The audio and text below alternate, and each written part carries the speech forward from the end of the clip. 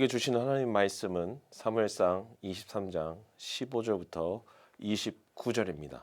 우리 함께 같이 읽도록 하겠습니다. 그래서 사울이 다윗의 목숨을 노리고 출동할 때마다 다윗이 그것을 다 알고서 피하였다.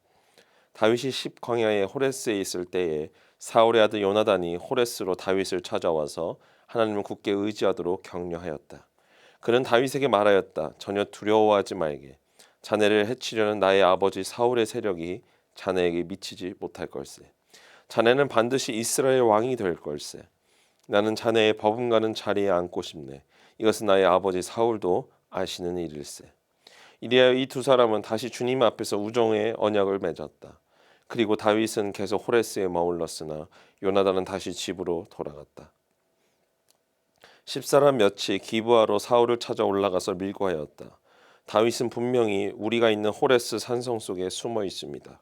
바로 여시몬 남쪽에 있는 하길라 산 속에 숨어 있습니다. 임금님이 지금 당장 내려가기를 원하신다면 그렇게 하시기 바랍니다. 그를 잡아서 임금님의 손에 넘기는 일은 저희가 맡아서 하겠습니다. 사울이 말하였다. 당신들이 나를 생각하여 그토록 정성을 보였으니 주님이 주시는 복을 받기를 바라오. 당신들은 가서 빈틈없이 준비하시오. 그 자가 도망다니는 곳이 어디이며 누가 어디서 그 자를 보았는지 자세히 알아보시오. 내가 듣는 바로는 그는 매우 교활하오. 당신들은 그가 숨을 만한 모든 은신처를 자세히 살펴본 다음에 틀림없는 정보를 가지고 나를 찾아오시오. 그러면 내가 당신들과 함께 가겠소.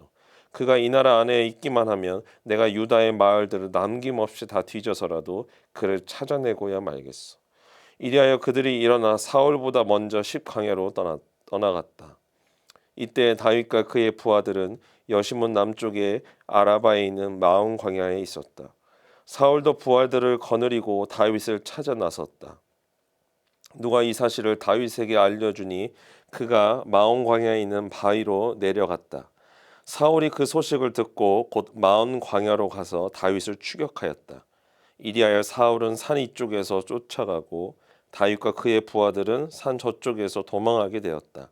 이렇게 다윗은 사울을 피하여 급히 도망하고 사울과 그의 부하들은 다윗과 그의 부하들을 잡으려고 포위를 하는데 갑자기 전령 한 사람이 사울에게 와서 블레셋 족속이 쳐들어왔으니 이제 어서 돌아가야 한다고 보고하였다. 사울은 다윗을 추격하다 말고 돌아가서 블레셋 족속을 맞아 싸우러 나갔다. 그리하여 그곳 이름을 셀라 하마느곳이라고 부른다. 다윗은 엔게디 산성에 올라가 거기에 머물러 있었다. 다윗은 사울에게 쫓기는 신세였습니다. 유대 어느 지역을 가도 사울은 군대를 이끌고 다윗을 추격해 왔습니다. 우리는 지난 시간 다윗이 군사를 이끌고 블레셋과 전쟁을 치른 이야기를 나누었습니다. 다윗의 부하들은 지금 사울 왕과 대치하는 것도 어려운 상황에 블레셋과 전쟁을 치르는 것은 더욱 힘들다고 이야기를 했습니다. 그러나 다윗은 부하들의 이야기보다 하나님께 먼저 뜻을 구했습니다. 그런 다윗에게 하나님께서는 블레셋 군대를 무찌르도록 말씀하십니다. 그래서 다윗은 군사들을 이끌고 블레셋을 무찌르고 큰 승리를 거둡니다. 우리는 이런 다윗의 모습을 통해 그가 얼마나 하나님을 사랑하고 신뢰하는지 잘 알 수 있습니다.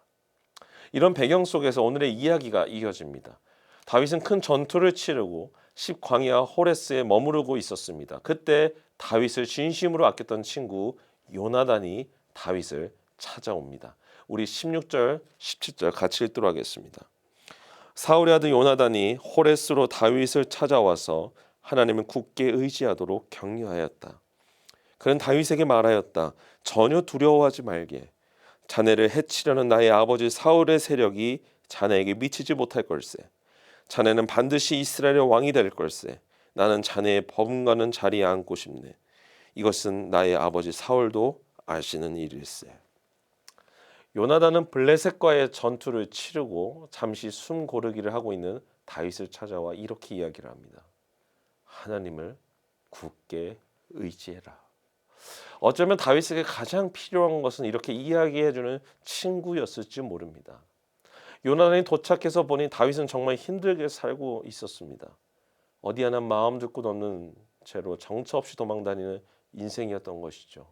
사람들의 온기가 느껴지는 마을과 성읍에서는 살지 못하는, 그래서 다윗은 아무도 자신을 찾을 수 없도록 광야로 들어가 광야 한복판에 거하는 것이었습니다.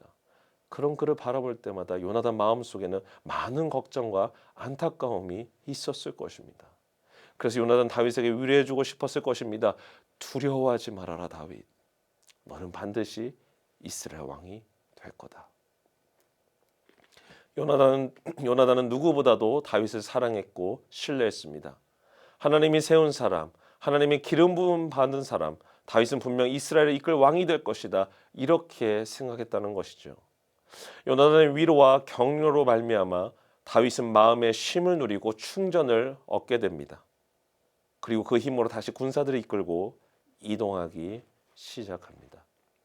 사랑하는 성도 여러분, 이처럼 누군가의 말 한마디가 한 사람의 영혼을 위로할 수 있고 다시 일어서게 할 수 있습니다. 우리가 인생을 살다 보면 우리에게도 요나단과 같을 때가 있지요. 여러분 주변에 다윗과 같은 어려운 상황에 처한 이웃이 있다면, 혹은 우리의 성도가 보인다면 오늘 요나단이 했던 고백으로 위로해 보는 것은 어떨까요? 김 지사님, 이럴 때일수록 하나님을 굳게 의지하세요. 하나님의 사람은 하나님이 주시는 은혜의 공급으로 다시 살아날 수 있어요. 그러니까 우리 함께 기도하면서 하나님을 의지해 봐요. 여러분들이 만약 이런 따뜻한 위로와 격려를 할 수 있다면 그 위로와 격려를 받은 사람은 오늘 다윗과 같이 사람의 말이 아닌 하나님의 위로와 격려로 받을 것입니다. 그런데 우리가 여기서 한 가지 더 주목해야 할 것이 있습니다. 이렇게 다윗에게 도움을 주는 조력자가 있었듯이 오늘 본문에 보니 사울 왕에게도 이런 조력자가 있었음을 확인할 수 있습니다. 그들은 다윗보다도 현재의 사울 왕을 두려워했습니다. 그들의 논리는 정말 단순했어요. 만약 우리가 다윗을 숨겨주었다는 오해를 받으면 우리 마을 모두가 사울 왕에게 피해를 받지 않을까. 그들은 그런 우려와 걱정으로 다윗의 위치를 사울에게 밀고 합니다. 우리 함께 19절, 20절 같이 읽도록 하겠습니다.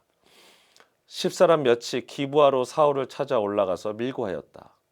다윗은 분명히 우리가 있는 호레스 산성 속에 숨어 있습니다. 바로 여시몬 남쪽에 있는 하길라 산 속에 숨어 있습니다. 임금님이 지금 당장 내려가기를 원하신다면 그렇게 하시기 바랍니다. 그를 잡아서 임금님의 손에 넘기는 일은 저희가 맡아서 하겠습니다. 10사람들은 다윗에게 도움을 받았던 사람들이었습니다. 그러나 그들은 요나단과 같이 다윗의 편에 서지 않고 자신의 안위를 걱정하며 사울 왕의 편에 섭니다. 우리는 이처럼 성경에 등장하는 사람들을 통해서 우리의 삶을 입체적으로 바라볼 수 있습니다. 오늘 다윗의 인생에 여러분의 인생을 한번 대입해 보십시오. 다윗이 걸어왔던 도망자 인생에 여러분의 젊은 시절의 삶을 한번 넣어 보십시오. 그러면 어느샌가 여러분들의 수많은 갈림길에서 선택했던 결정들이 주마등처럼 스쳐 지나갈 것입니다. 여러분 그 결정 안에서 하나님 여러분을 어떻게 도와주셨나요?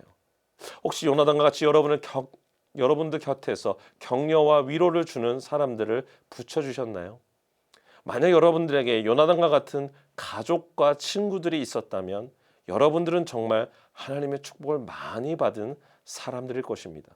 하나님께서 우리가 고난과 역경 속에서 방황할 때마다 요나단과 같은 하나님의 사람들을 보내주셔서 우리를 사랑해 주시고 위로해 주십니다.